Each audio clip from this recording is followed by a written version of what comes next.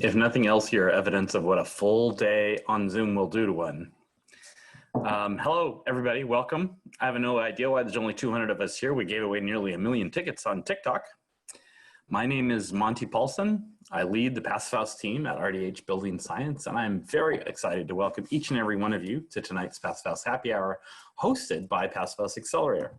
This is an inclusive gathering. We welcome people from all Passivhaus communities, as well as anyone else working to create zero emissions buildings with radically lower embodied carbon. Tonight, a special shout out to those of you who are joining us after putting in a full day at the North American Passivhaus Network virtual conference. So please turn on your cameras, please turn on your microphones, raise a glass, and join a toast. Tonight, we'll toast to face masks, the MERV 13 filter for your lungs.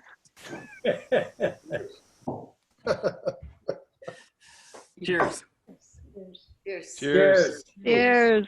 Cheers. My drink. Cheers. All right, now turn off your microphones, close your email browser, because we have a great lineup this evening. We have a video tour of a US Passivhaus by Dave Levy, and a great presentation on financial data and sort of incentivizing Passivhaus by Joanna Grab at Stephen Winter Associates and Jennifer Leone of the New York City Department of Housing Preservation and Development. Do you think they get that all out on the phone every time they answer? Now, please let me introduce my co-host, Prudence. Hi, everyone. I'm Prudence Ferreira. I'm the Passivhaus practice lead for Morrison Hirschfield, and tonight is a special edition. It is our 15th Global Passivhaus Happy Hour, and 15 and its IP cousin 4.75 is a number that is near and dear to this community. From the seed of this number has sprung evolution and innovation. I'd like to extend a warm, full-hearted welcome to all of those who are joining us for the first time, and those of us who are joining us for the 15th time, and invite us all to just take a moment and consider evolution. COVID has forced us to evolve in some challenging ways, to be sure, but one of the benefits is that we've started building a stronger, more resilient community together every week on the Global Passivhaus Happy Hour through Passivhaus Accelerator, and our technical standards continue to evolve, and the way we communicate with our community leaders, agencies, developers, and the design community also need to evolve. Tonight, we're continuing to discuss a topic that we dove into last week with developer Jonathan Arnold in an area where evolution and cooperation is urgently needed, the dollars and cents of large-scale Passivhaus from a developer's perspective and from a bank's perspective, closing the gaps between modeled and actual performance as well.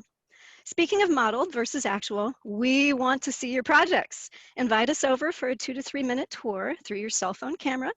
Give us a walkthrough so together as a community we can celebrate your wonderful work.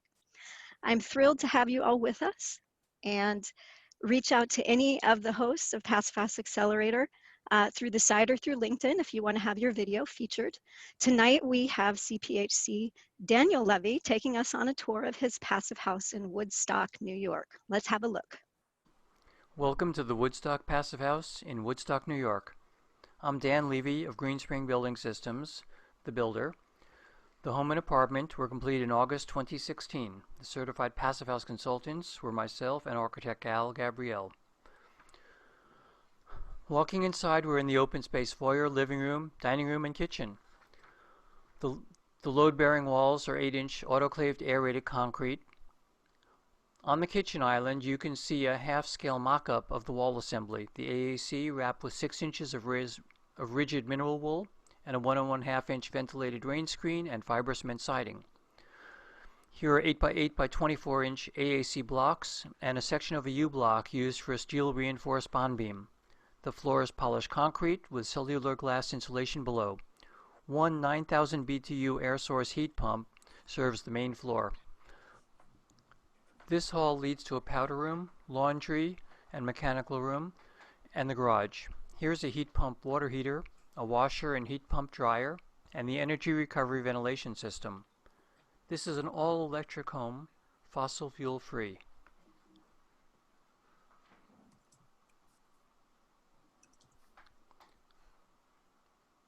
Upstairs is a central hallway with a second ductless heat pump, also 9,000 BTUs. The floor system is an open web truss. The roof is supported with a raised heel scissors truss with 24 inches of cellulose and a ventilated roof deck. The second floor contains the master suite and additional bedrooms. Windows are tilt and turn. Doors and windows are triple glazed.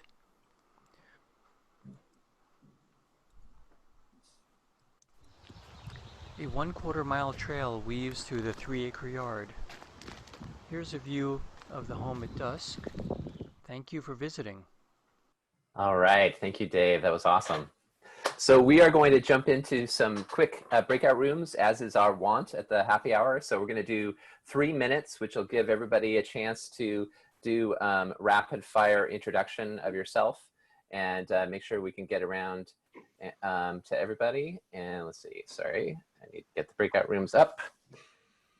And we'll see you in 3 minutes. And then we'll get moving. We'll get to the meat of the matter. So we have some related kind of kindred spirit events that we like to share. So this week's BS and Beer Show will be about advanced framing. It's tomorrow on June 25th at 3 p.m. Pacific and 6 p.m. Eastern. And I'll share all this in chat as well so that you have links to stuff. Building Science Friday is going to feature our very own Prudence Ferreira of Morrison Hirschfield. So that's pretty cool, and Mark Wiley, and should be excellent. I've been remiss in previous weeks in announcing the Passivhaus Canada Building Conversations webinar because it happens the Wednesday morning, so it just happened. But every Wednesday morning at 9 a.m. Pacific and noon Eastern, Chris Ballard, the CEO of Passivhaus Canada, hosts a really great conversation. So the series link is there. And we were just talking about how awesome the NAPHN conference was today. Really creative use of the medium with pre-recorded presentations and chat with presenters during the sessions, and some great video vignettes as well, including a pretty inspiring one with elementary school kids sharing their Passivhaus explainers. So we from NAPHN have been granted a happy hour discount code for 15% off the remaining sessions, and that code is there. It's PH2020 HH15. There are 5 more Wednesdays of conference left to go between July 1st and July 29th, including 25 sessions. So lots of great content. So if you haven't signed up yet, I'd highly recommend it. And then I wanted to share, I mentioned a couple weeks ago about the NAACP resources around centering race and equity in sustainable buildings. And I wanted to give you a little more information. The initiative is called Centering Equity in the Sustainability Sustainable Building Sector. And it includes a bunch of resources, some working groups, webinars. I've signed up, so I intend to be taking part in this stuff. And it's cool that there's a resource dedicated to help folks like us engage with race and equity, given all the things that are going on in the world. So I hope to see you there. Finally, I'd like to thank our founding sponsors who make all of this work possible at the Accelerator: Mitsubishi Electric, Zola Windows, and RDH Building Science, and also our patron sponsors, Morrison Hirschfield and 475 High Performance Building Supply. Thank you. Thank you, Zach. What a great group we've got tonight. Really excited about our next presenters. Joanna Grab is part of the amazing Passivhaus team at Stephen Winter Associates. We're starting to meet her and more of her colleagues, and we're super impressed. She's a senior sustainability consultant, say that 3 times fast. She specializes in a range of multifamily building certification support, including Passivhaus. And Jennifer Leone is Chief Sustainability Officer at the New York City Department of Housing Preservation and Development. Jennifer is a licensed architect as well as an adjunct professor at the New York City College of Technology. They are part of a larger group of incredible presenters that were at the North American Passivhaus Network conference today, and they're going to kind of give us a taste about a really neat project, and then quite a few more of them are here for the question and answers after the presentation. Take it away.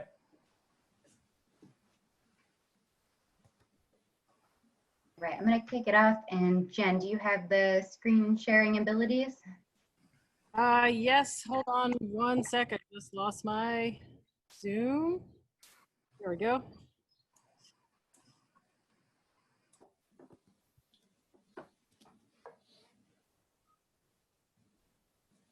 We good?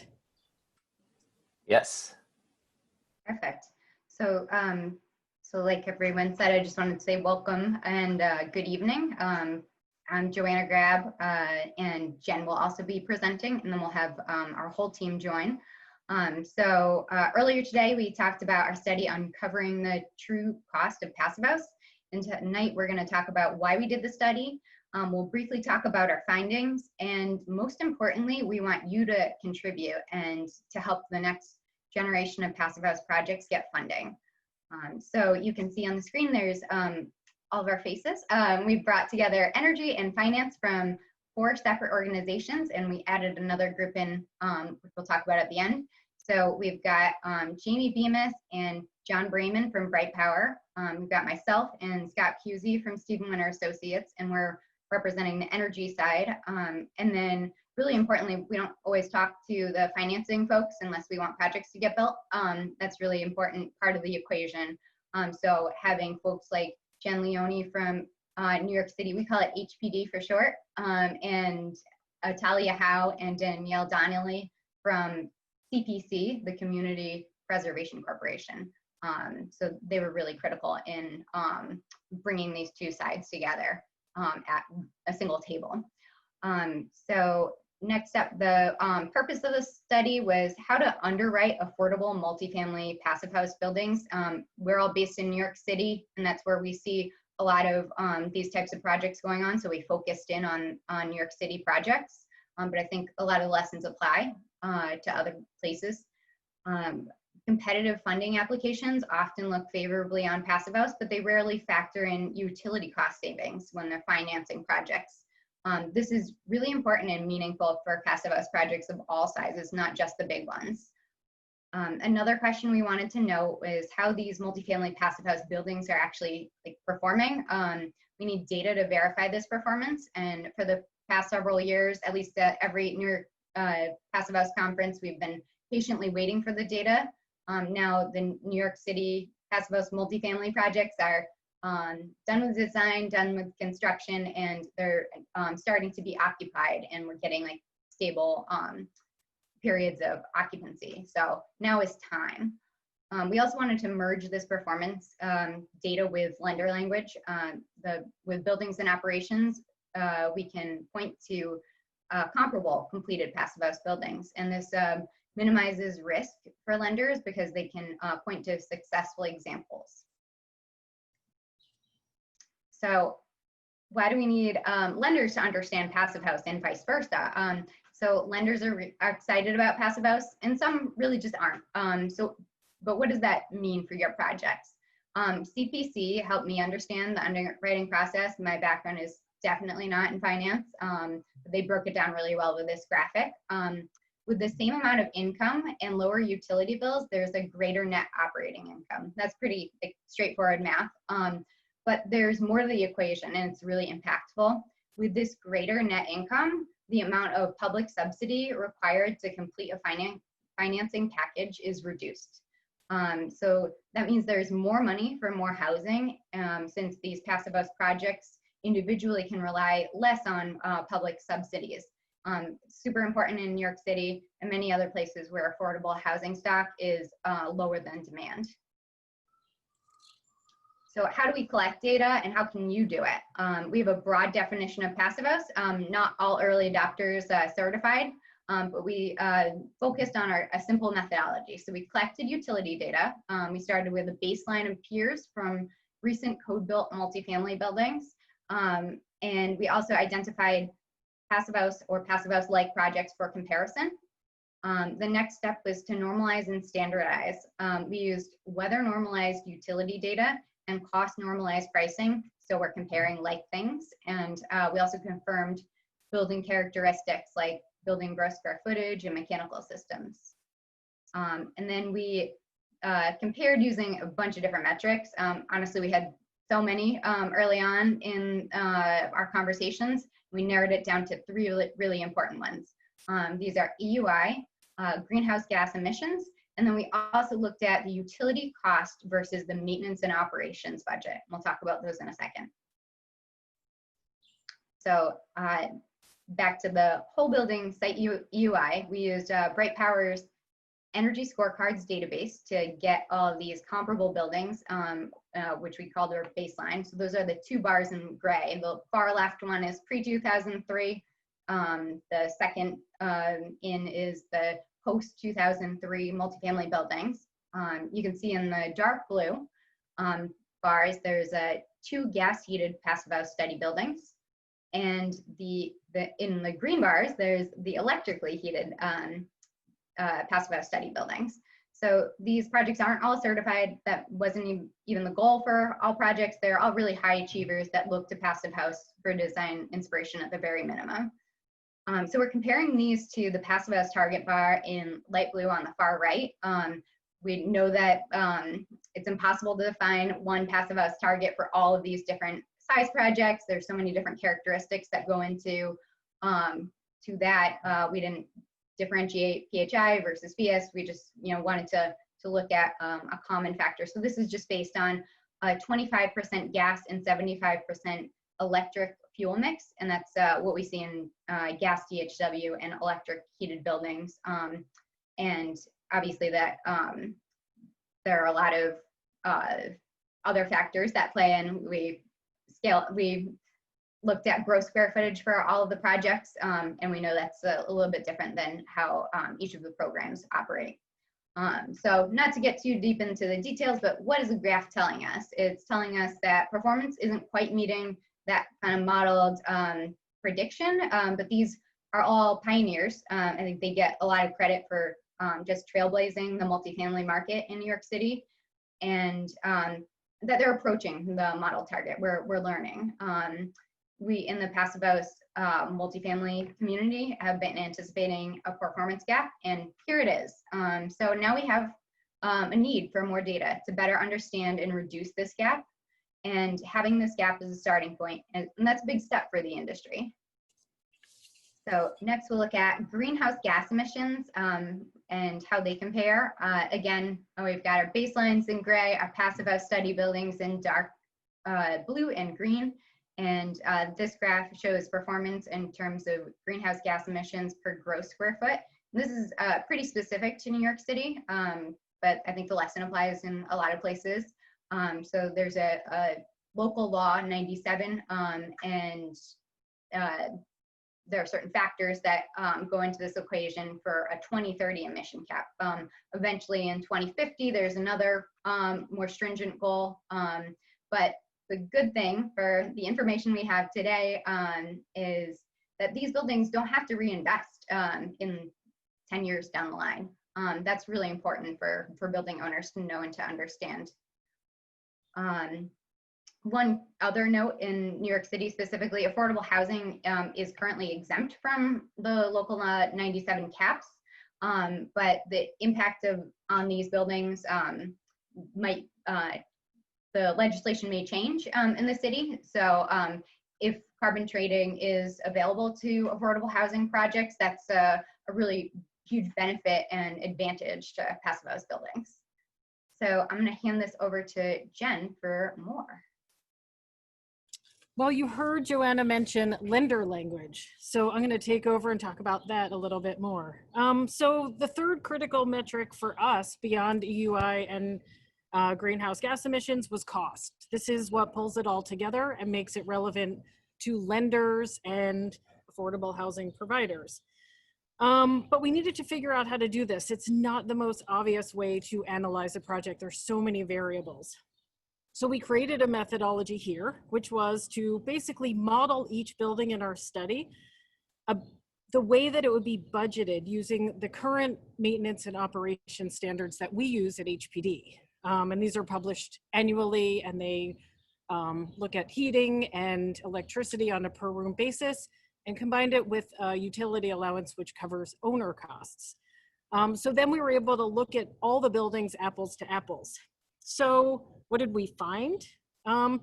It's really challenging to draw conclusions from only 6 projects, but you can see in the charts that overall the case study projects are really compelling. They're performing really well, especially when you look at the fact that overall, on average, energy, like actual energy costs are less than half of what are projected, regardless of whether we're meeting the passive house targets or not. And as we mentioned, again, the cost savings are significant, which can unlock additional debt to support the project cost, but also reduce public subsidy.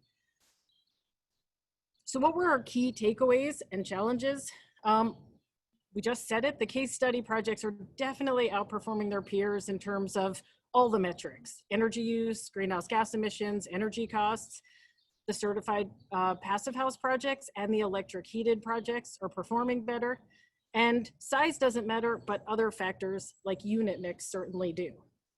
We were also asked specifically for tonight to identify the biggest challenges. And we're not presenting a project, of course, but our biggest challenge is data. Data, data, data, as they say. What we need is more data. We need more contextualized data so we can understand the data better. And we need more granularity on the data that we have. But the other thing we did learn is that this methodology is easily replicable once we have more data. We have a phase 2. This is a big thing, a big goal for us. We've only just begun this analysis. And our team is currently seeking funding so that we can go beyond and tie up some of these loose ends and get more information that's really critically needed for the passive house community and lenders in the passive house community. So there's 2 primary goals: an energy performance study, where we will get and look at more data, better data, and contextualized data, and also start to look at a better way to align the energy models with actual performance. And secondly, we need to address the underwriting piece of it. A really critical resource would be a comps database for passive house appraisers, for lenders, and anybody involved who's trying to underwrite to passive house savings. And that's going to require some more granularity on owner and tenant costs, more granular information on cost drivers, and also something we're very interested in are the non-cost benefits that we can factor into the underwriting and financing once we can quantify them better. And Joanna mentioned a little bit about carbon trading as one of these non-cost benefits. So how are we going to get there? Well, we're super lucky that we're working with a capstone team from the City College of New York's Sustainability in the Urban Environment program. And they are working with us to build a passive house survey and database. And a shout out to the team: Varsha Halarknar, sorry Varsha, I always mess up your name, Katie Cordial, and Lilibeth Liriano. And I think they're all here tonight, so cheers to them for helping us with this. And why is this survey so important? It's gonna help us bridge the data gap and standardize the information in any sort of phase 2. And we think this will have significant benefits, not just to us, but the entire passive house community and lenders. So what kind of information are we collecting? We're collecting the exact kind of information we need to better assess the data and to further support the underwriting. So some of the key data points, and we're giving you a sneak peek of a survey that we think is really critical, and we're gonna pass around a link to it for participation later. So some of the items on the survey include building size, use, and unit mix, building systems and metering, hard and soft costs as compared to your baseline costs, projected performance, and a request to share your data through Energy Star's free portfolio manager platform. And these are all really key pieces of information we need to take this analysis further. But also, I want to point out that this survey takes only about 10 minutes to fill out. And that's key because we think that'll help really encourage participation, which of course we'd love from anybody who has a multifamily passive house project in the works or completed that you're interested in sharing. So thank you so much for listening in. We're definitely going to leave everybody with a call to action. Like I said, if you have a project that you are interested in sharing with us, simply click this link and add your project to the database. Or if you're working on a similar data gathering exercise, we'd love to hear from you as well. And last thing, we're around to take some questions. We'd love to have a conversation with all of you. It's not just Joe and I, but it's Jamie from Bright Power and Danielle and Natalia from CPC are also here, and we're ready for a lively discussion. So cheers. Another toast. I've already run out of my beer. Hopefully not. All right. I have to do anything else. Can I leave my screen on? Yeah, leave your screen on for a little bit. Go get yourself another beer. I will stall for like 15 seconds as you run to go get it. Again, if you need water, go for it. Again, whatever beverage you need, go for it. I've got a few questions already lined up. Bravo. I love how the dog barked right when you're saying call to action. It was like, come on, like get on top of it. It was perfectly planned. My That's dog fantastic. barked in response. Yes. Perfect. Okay, so Susan, you get to kick off the first question. That's Susan from Toronto. It might have been answered, but go ahead and ask your question. Anna. Let's kick it off. It was answered. Thank you. I was asking what the metrics were, and then the next slide, it was answered. So Yeah. it was, yeah. No, and again, some of these questions that you guys may ask may have already been answered, but what I do like is, there's no dumb question in the happy hour, right? You can ask it because Thanks for, yeah. because again, we've got so much going on. If you're like me, that's been in Zoom all day and you're just still buzzing from all the stuff you've learned, and it's like, what was that? And it goes by. So again, don't be afraid. I will say before we get into the next question, because I didn't properly queue it up, is go find the survey, save it. If you need to do it later, make sure that you've got that link, and we'll probably put it into the chat, maybe every 5 minutes. We're just going to recirculate it to ensure that you get it and that you can do it, because as they're looking for, yes, thanks Prudence. Again, 5-minute warning, we'll do it again.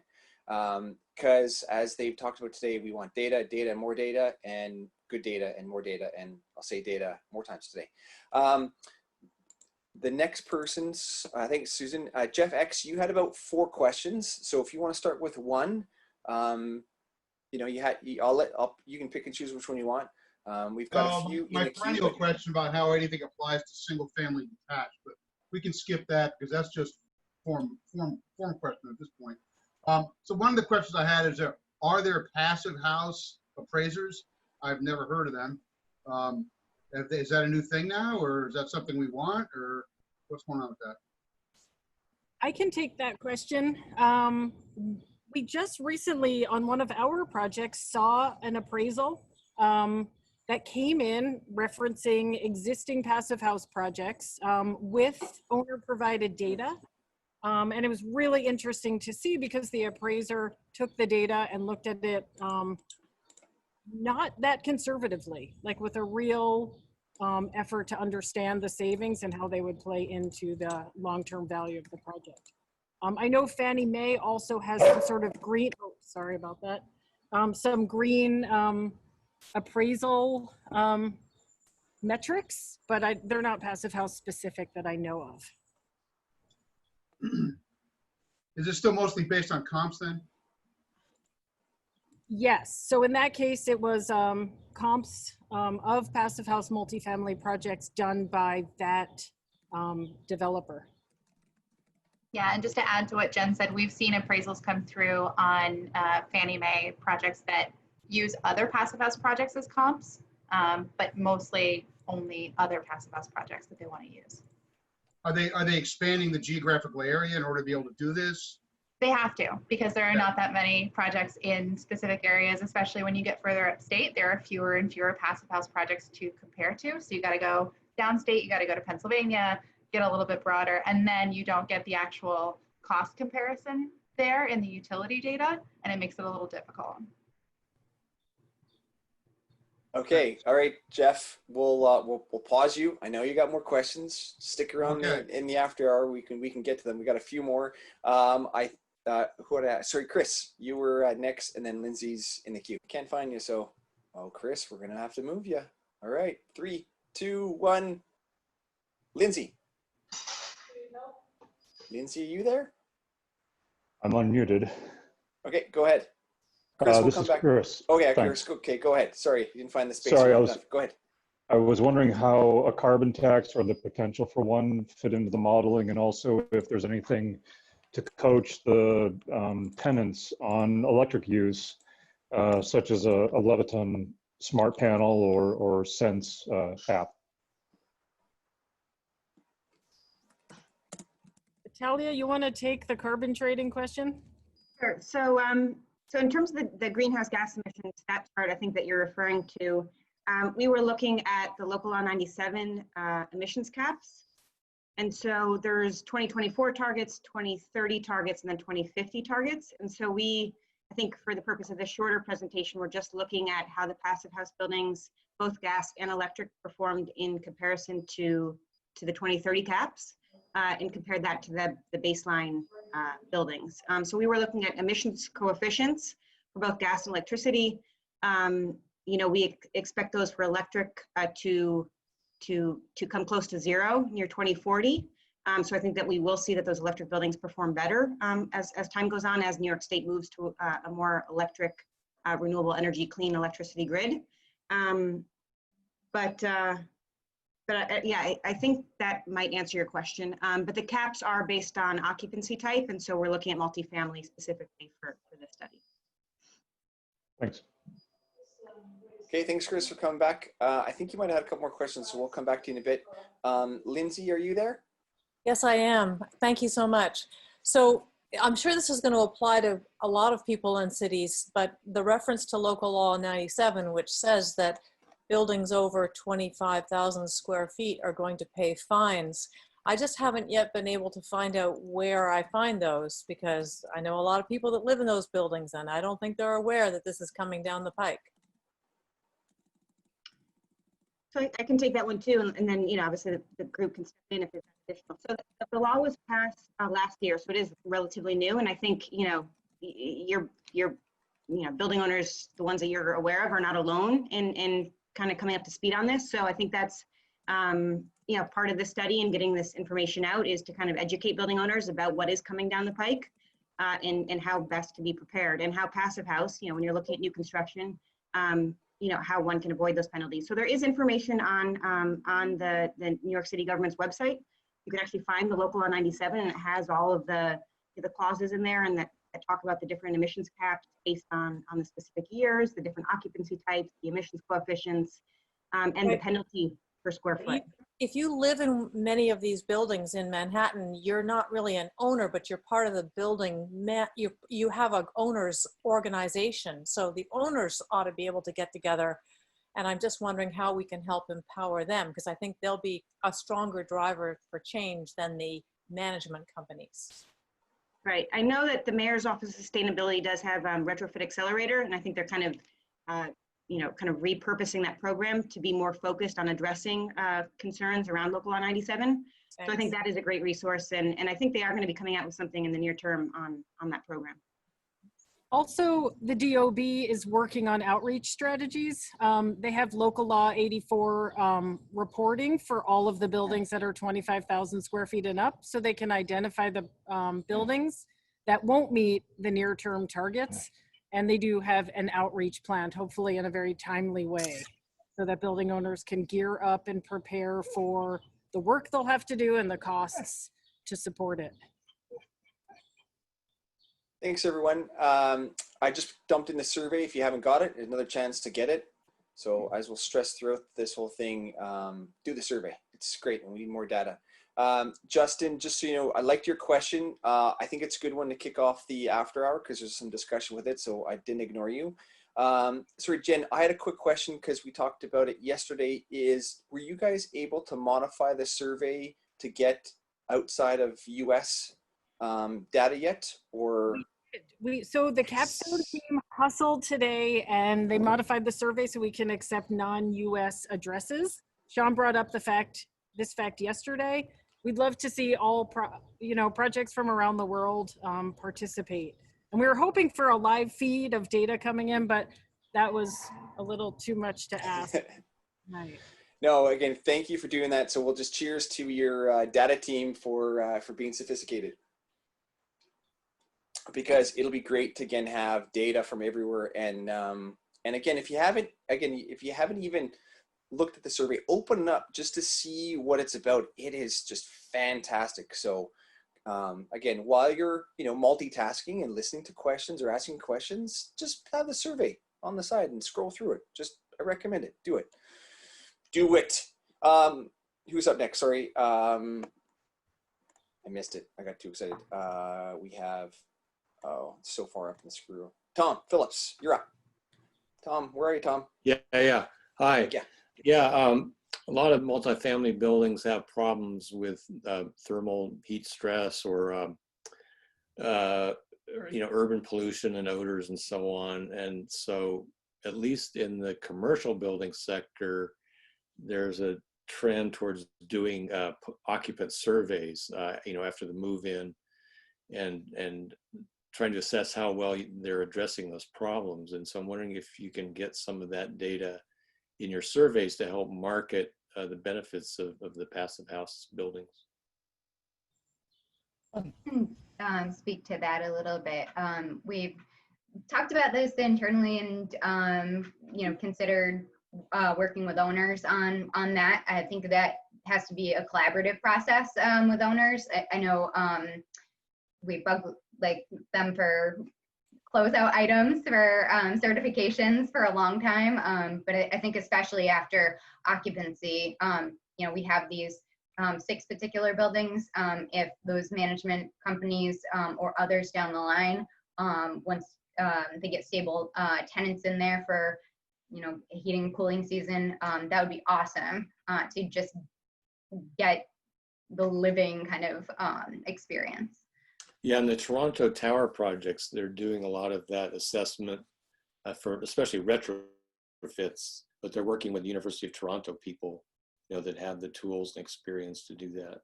Yeah, Tom, good point. And I think the important is we all have access to these tools. We just need to just get together and be able to work together with, and sharing the data. And so this is great that the survey will hopefully gather some of that stuff and, see what it puts out. Because it's great. Okay, we have Erica. I think, Erica, this question was asked, but go ahead and ask it just to ensure you got the answer you wanted, because I know that graph popped up quickly. Erica, are you there? Yeah. Can you, I have my video off as well, but this graph was up when Joanna was speaking. The green bars, you had, what did those represent again? You had some that were Passivhaus in dark blue, and then the green bars. So the middle ones were our Passivhaus study group. So we had 6 separate buildings, and we have a few, just bigger picture stats. And eventually, when we publish this paper, the intent is to have some of those owners on board to talk about their buildings and to get some of those anecdotal bits for just bringing the building to life. So those 6. It was the dark blue and the green buildings. The dark blue buildings or bars were the gas heated buildings, and they were constructed a little bit earlier than the other 4 buildings in the green bars, which are electrically heated. And they all have gas water heating. Thank you. Okay, and then up next, we have Aaron Swan. Hey. Great information. My question on the lessons learned, one of the bullet points noted that unit mix was a contributing factor. So wondering if you can elaborate a little bit on how it was a contributing factor and how it specifically related to affordable projects.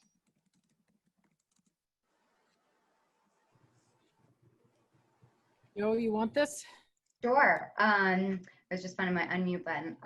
So the unit mix, in some of our projects, at least within SWA, right now we have some studio heavy projects, and then we have some that are a little more generous with their amount of residential appliances per unit. We have a couple 3-4 bedroom projects.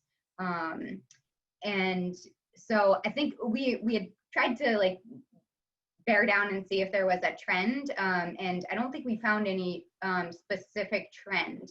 Jamie, I think you're also online, so you feel free to speak up if you have anything to add related to the study. But I think that was, it did have some impact, but I think for these 6 buildings, we didn't get into the specifics after zooming out and looking at the EUI. That's exactly right, Joanna. And, you know, when we were going through all the information, we sliced and diced it a number of different ways. And in some cases, we were looking at, say, KV2 per square foot per year. And in other points, we were looking at kilowatt hour per unit. And so we wanted those metrics, even though in the data that we shared tonight, we didn't show it in a per unit basis. But I think it would be useful for future analysis. Okay, everybody, hopefully we're good there. And Hank. Oh, yeah, can you hear me? Yeah. Great. So I'm interested in how you established the parameters for what data you're collecting. Because it seems to me one of the difficulties is getting apples to apples comparison between buildings. So for example, you have some situations where the residents have their own electric meter and they're paying for certain things, but not everything. Getting their data into the equation can be difficult at times. So it feels to me like it's going to be difficult to have good Passivhaus data until we have apples to apples data. Jamie, you want to grab this one and talk about why we chose these 6? I think you're absolutely right, Hank, and that's something we talked a lot about. As Joanna mentioned earlier, we ended up using buildings in this study, in this phase, that had both gas heat and electric heat. And we acknowledged that that's not exactly the same. That's not totally apples to apples. We also talked about metering configurations, which you just mentioned. But what we tried to do was look at whole building energy use and just acknowledge it's definitely far from perfect. But this phase of our study was intended to be a first pass. And as you saw, there was still overarching trends that we were able to draw out. So I absolutely, like, as someone who was deep in the weeds on the data, I want to look at every single one of those nuances and understand them. I mean, Joanna mentioned a bit about modeled performance versus actual performance, and also we want to understand what are the impacts of tenant behavior patterns and how do we handle the split incentive between tenants and landlords or tenants and management companies. Those are all really important questions. But for the purpose of this initial pass, we focused on the broadest strokes of data that we could draw out. But I think you're absolutely right. And our team's really excited to do more of that analysis, hopefully with all your help in gathering some of this data. So with whole building data as your goal, are you getting the actual billing for individual electric meters from the tenants to add in? So in this case, in New York City, you can get aggregate data from Con Edison. So the answer is no. We're getting owner-paid utility bills and then aggregate electric from the utility so that it's, anonymized data, and we're definitely not asking tenants for their information. That would be, I think, a barrier that would be a major barrier to actually getting the information. So, in New York City, we do a lot of benchmarking. This is how we've handled it. So that anonymized data is fairly readily available. But I just also wanted to mention, I really appreciate everyone's enthusiasm and excitement for the survey. And, we spent a lot of time iterating those questions and really crafting the questions, because we started drafting that survey last June and realized we weren't asking the right questions. And so then when we went to do our analysis, in some cases, we were saying, Hank, to your question, what is the metering configuration of these buildings? Or, what types of systems do they have? Or, is this a senior building? There's very different occupancy patterns and time of day uses than in a traditional multifamily. So we spent a lot of time making sure that we were asking the right questions. And as Jen mentioned, we've had an awesome capstone team helping us. And so, I'm very confident that next time when we get in the weeds and want to tease out these nuances in more depth, we should hopefully have the right information to help us characterize the consumption much more effectively. I'll add one last comment. I've done a project where I built into the affordable housing lease the requirement that the residents share their utility bills directly with us for our energy surveys. You can get there if you build it into the lease up front. Awesome. That's great to know. Thanks for the intel, Hank. We might have to communicate that too. Great stuff. Thanks, Hank. Going back up into the chat, we had, I think Damien was, Damien, you're up next, and then Josh was in the queue. Good to see you, Damien. Okay. Starting out with great work, guys. Absolutely appreciate how hard it is to start figuring out what it is you want to ask so that you can get information that you can actually do something with. So at the moment, I know your sample size is very small and it's cross-sectional because that's the bit that you've got to bite first. But just sort of mentioning that there's, if you're successful, if this team, if this group of people start using your survey and you start getting more and more information, there's going to be a lot of importance in making sure that you can adjust the information longitudinally so that past data and future data can start being referenced to each other. So just calling out, guys, out for longitudinal as well as cross-sectional. Who wants to take that, or someone talking but they haven't hit the space bar? Don't be a Zoom. Come on, don't be a boomer. I'll call you out. I can try. I'm not sure I totally understood that, but one thing that we've asked, and this might not make sense to Aussies and non-Americans, but we've asked people to share data through our government energy benchmarking portfolio. The good news with that is, first of all, it's free, but it collects annual whole building data where it's appropriate. And that's worked so far with us. It also means that we can get data that is, we think, fairly well vetted, and it evolves year on year. So we can pull projects that we're interested in looking at, and we can take the benchmarking data from the most recent year and align it with the information from our survey so that we can better understand the meaning of the data. Sorry. Yeah, I think you were, you did understand. I guess what I feel we're likely to see is the extra thought that's put into a passive house, the investment in thinking about the design is going to have weird payoffs. Yeah, so that insurance costs are down, maintenance costs are down, all these things that are feeding into that cycle of having more available liquidity to pay for capital investment. And it could be in 3 years' time when you actually read the paper that actually says there are a 40% reduction in household insurance claims in passive houses. Yeah, so it's building that cumulative effect into your financial modeling to actually continue to show how increasing the thought put into design produces more cost-effective and maintainable buildings, and ultimately, you know, some of the other people's interests in healthy buildings, less costs of medical support, etc. All I was saying, work you're doing is great, and we asked early, but just be aware that over time there's going to be other stuff where you're going to want to look backwards, say, oh yes, our data actually supports that that's happening because here it is, we've gathered this information over the last 12 years, and whereas we expected this, we actually got that when looked at through this other lens.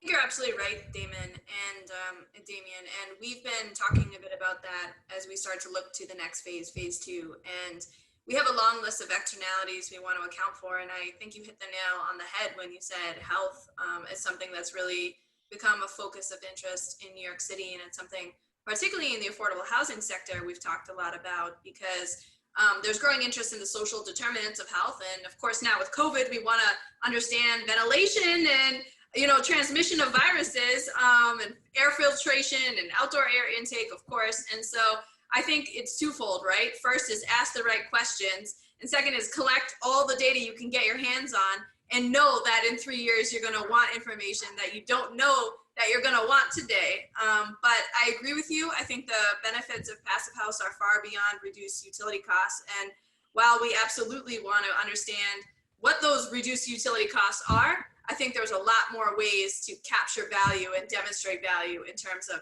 high performance buildings for sure. So absolutely agree with you. And I'm excited about what we find in the next phase when we do take a broader lens at some of this stuff. Damien, just to add on to what Jamie's saying, in our survey, we are set up for future interrogation. And we have a checkbox that says, can we reach out to you for future questions? So we're ready. Awesome. Cool. You need in Passivhaus engaged and educated tenants. So you have the opportunity to actually say, by the way, you're engaged now, please engage in the future. Cool. Thanks, guys. Great stuff, Damien. We have, oh man, I'm terrible at this. Someone in Portland. Where did he go? Joshua. Thanks, Josh. No, that's actually great because Damien kind of responded to my question, which was, Jen, you had mentioned kind of the non-cost benefits we were just talking about. And I'm just curious, what from the kind of other side of it and all your data collection and everything, how are you thinking about arguing to the kind of money people, the underwriters and, oh God, Siri's yelling at me. The underwriters and the appraisers about the non-cost sort of benefits to, the major Passivhaus improvements in health and well-being. And, even Damien alluded to, things that we don't even think about yet. So, yeah, I don't know if that makes any sense at all now, but. That's the question. It's an awesome question. I'll say my piece, and I would love to then hand it over to CPC. Sure. I think right now we can't quantify them. They're really challenging. From a policy perspective, which is where I sit, as a, city agency, we can take stuff into account that we can't quantify yet if we know about it, right? We can support certain things knowing that there are benefits that there's not a actual monetary value on. So that's a big start, and having the data and the proof allows us to do that a little bit further. We all know there are great needs for certain communities that are disproportionately affected by, poor quality buildings, air quality. We've seen it more through the COVID lens, et cetera. I think for us though, the next phase is trying to really quantify these so that instead of just supporting Passivhaus and similar projects with subsidy, we can support them by considering the operational costs of the building. And whether it's insurance, resiliency and risk and carbon trading, whatever we can wring out of here that is quantifiable, that's phase 2. Does that make sense? Does that answer your question to some degree? Yeah, I think so. I might just add one more thing. It kind of just reminds me of the argument of kind of nature conservation that was happening, and there was a big push years and years ago to kind of quantify, damage to an ecology, and I like that sort of feedback, and like I'm wondering if there's really value or if there's more value in creating the policy that just kind of pushes things forward, like you were saying. So yeah, I think this is great. But anyway. CPC, anything to add to this? Super. I will say we've got borrowers obviously who are very interested in pushing the envelope this way with their buildings, and some who are just going to do the bare minimum of what the state says they have to do for affordable housing. So you kind of need both. You need, people who do care about the non-energy benefits and care about the health of their tenants and the potential for gain in the future on reduced insurance premiums or reduced vacancy rates or whatever it might be, and then some who need to be pushed by the state to actually get it done.